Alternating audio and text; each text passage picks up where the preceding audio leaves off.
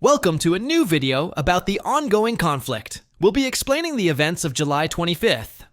The Russian army has managed to take control of two very important towns and continues to advance on other fronts.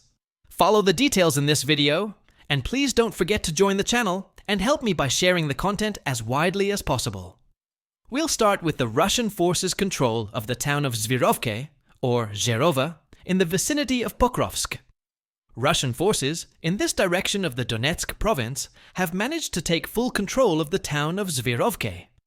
This was announced by the Russian Ministry of Defense, and the Russian control, as you can see, covers this pink-colored area, extending 890 meters deep and 360 meters wide.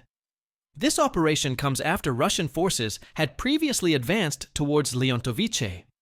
Naturally, in this direction, this forced the Ukrainian forces located here to evacuate their positions and withdraw, allowing Russian forces to advance and currently gain full control.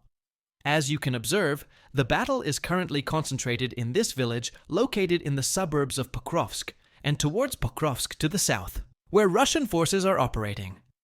Additionally, Russian forces also pressured the area south of Zvirovke, which Ukrainian forces had been using as a defensive and observation point on this hill. Naturally, Russian forces are exerting significant pressure in this direction. Ukrainian forces have withdrawn from this area, but as of yet, Russian forces have not fully entered. They are working on resolving certain issues, especially since there are some Ukrainian defensive positions in the area that are shelling. And of course, regarding drone operations, these are what are attempting to impede this advance. A key idea that this war has highlighted is that there's no need for soldiers to always be present to hold an area. Sometimes, intense strikes from drones and artillery are sufficient to prevent the other side's advance. This is a new development we've witnessed significantly in this war, particularly concerning military operations. The Russian control of another town was Novomykhailivka, or Novoekonomichne. Ukrainian forces completely withdrew from it, leaving behind a potentially large population center. As you can see, the depth of the Russian advance reached about 1.25 kilometers, extending for 3.73 kilometers.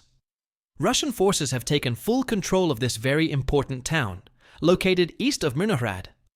This advance is truly a significant achievement for the Russian army, especially if they capitalize on it with direct operations towards Myrnohrad and, of course, towards the remaining towns to the north. It was expected that this town might have hindered the Russian forces' advance for a very long time, but this rapid control, following the Ukrainian withdrawal, will help the Russian army leverage a large number of personnel from the forces in this area, and naturally on other fronts or on the same front. Currently, Russian forces have indeed put pressure on the economic system of the region from the northern, southern, and eastern sides, which pushed them to withdraw.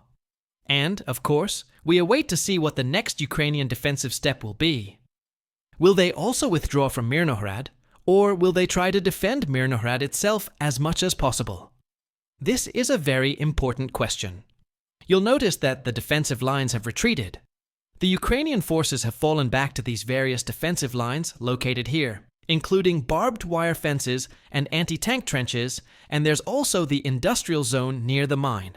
Therefore, let's wait to see how things will unfold. Will it drag on, or will it end quickly as happened towards Novomykhailivka? We have reached the end of the video. See you next time.